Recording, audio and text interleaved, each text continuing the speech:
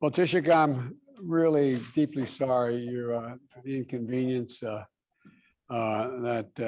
we're having to meet virtually again this year, although I did at a little distance for 7.5 minutes get to see you yesterday, and your beautiful wife, and especially after you're flying all the way here to Washington and with a lot going on up in the Hill and the rest. But just as you did last year, the tradition, this beautiful bowl, the tradition of these beautiful shamrocks I have here with me. And we're meeting in a moment when demands on unity in the world are really accelerating. We have to be united, and we certainly are. And Putin's brutality and what he's doing and his troops are doing in Ukraine is just inhumane. And as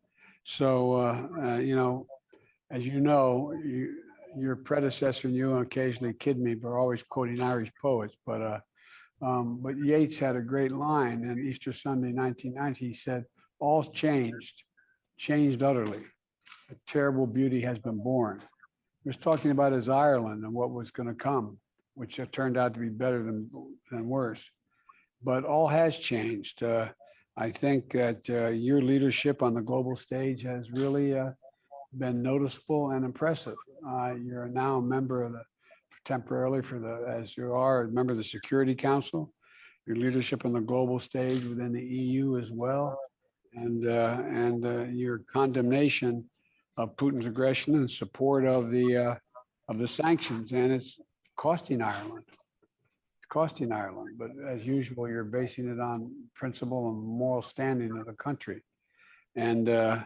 But I also want to emphasize this administration's unequivocal support for the Good Friday Accords, for the Good Friday Agreement.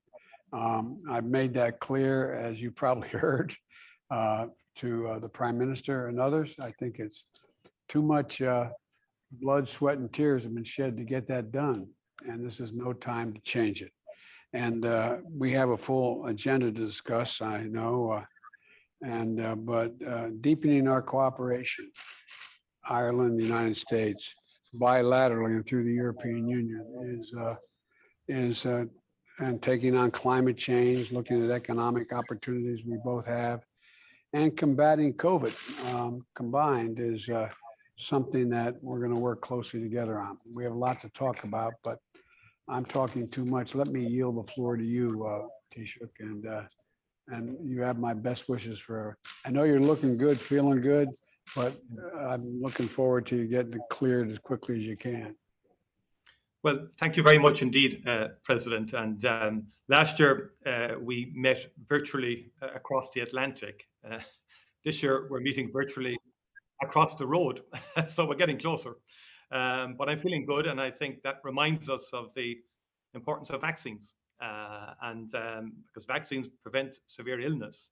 It reminds us that central message we give to people: get vaccinated if you're not vaccinated. But of course, it is unfortunate, but it's no more than that. And I share with you our horror at the barbaric attack on the civilians of Ukraine. And I want to take this opportunity to genuinely salute your leadership. It's firm. It's determined, it's strong, it's measured in the teeth of this crisis, and particularly your capacity to marshal like-minded democracies, the US, the European Union, the United Kingdom, the other Canada and other like-minded democracies are coming together to respond in an unprecedented way to this barbaric attack on the women and children of Ukraine. Our thoughts are with them, and on the young people who are dying because of this unjustifiable and immoral war on a people by the regime of Vladimir Putin. And I think it's extremely important that we keep this unity of purpose over the coming while. And Ireland stands ready to do everything we possibly can on the humanitarian front and in supporting the broadest and widest sanctions possible to keep the pressure on and to get this war ended. Because there's simply too much suffering.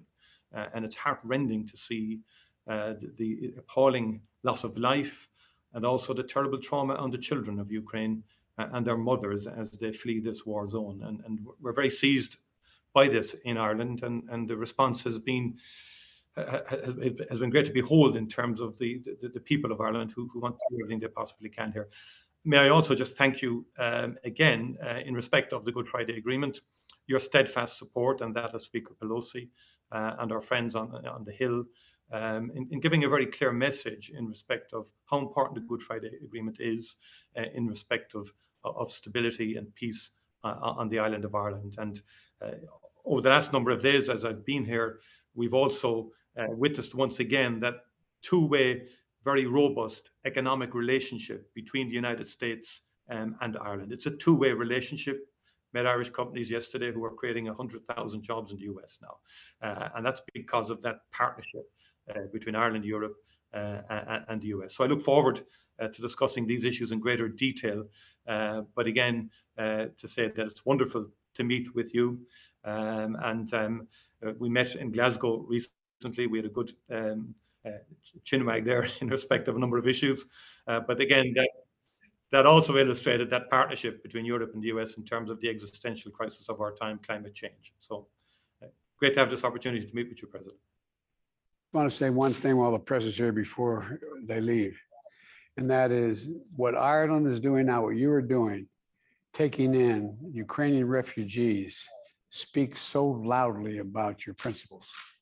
And it's amazing. And I want to publicly compliment you for it.